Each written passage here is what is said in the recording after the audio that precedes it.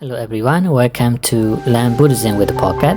Today we are going to explore one of the most profound aspects of Buddhism, the Buddhist teaching on salvation and how it differs from other religious paths. If you're new to Buddhism, or even if you've been practicing for a while, this episode will give you a light on the essence of the Buddhist message and what it means for us today.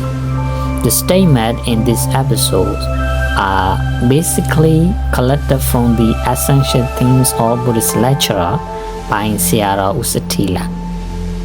So in many of the world's major religions, the path to salvation or enlightenment often involves a relationship with God. Christianity, Hinduism, Islam and other faiths teach that by turning to God and praying to Him and dedicating ourselves to God, we can find salvation. This belief that salvation is achieved through God is common in many religious teachings. But what about Buddhism? So how does Buddhism approach salvation? Buddhism presents a very different approach. Rather than asking us to turn to a God, the Buddha teaches that we must rely on ourselves. The Buddha's message is clear.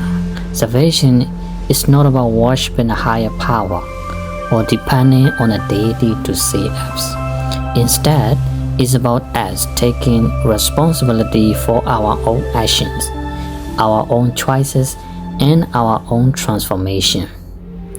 This doesn't mean we live on our own without guidance.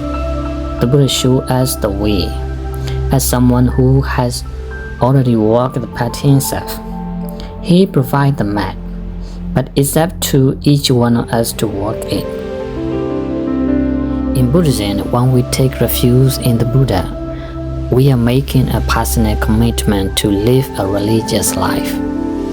But this is not about blind faith.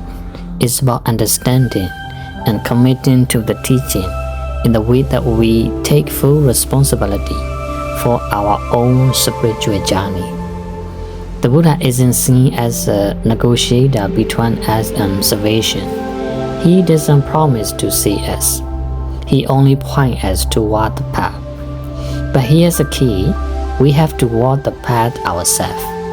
That is why Buddhism emphasizes personal effort and self-reliance. Now, you might be wondering, if we are to walk the path ourselves, what exactly does the path look like? How do we begin?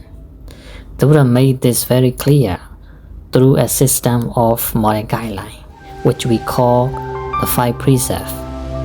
These 5 simple precepts are to refrain from killing, to refrain from stealing, to refrain from committing sexual misconduct, to refrain from lying, to refrain from using intoxicants like alcohol and drugs. These are not commandments like you might find in other religions. Instead, they are guidelines for living a virtuous life. The key point here is that we are making a promise to ourselves.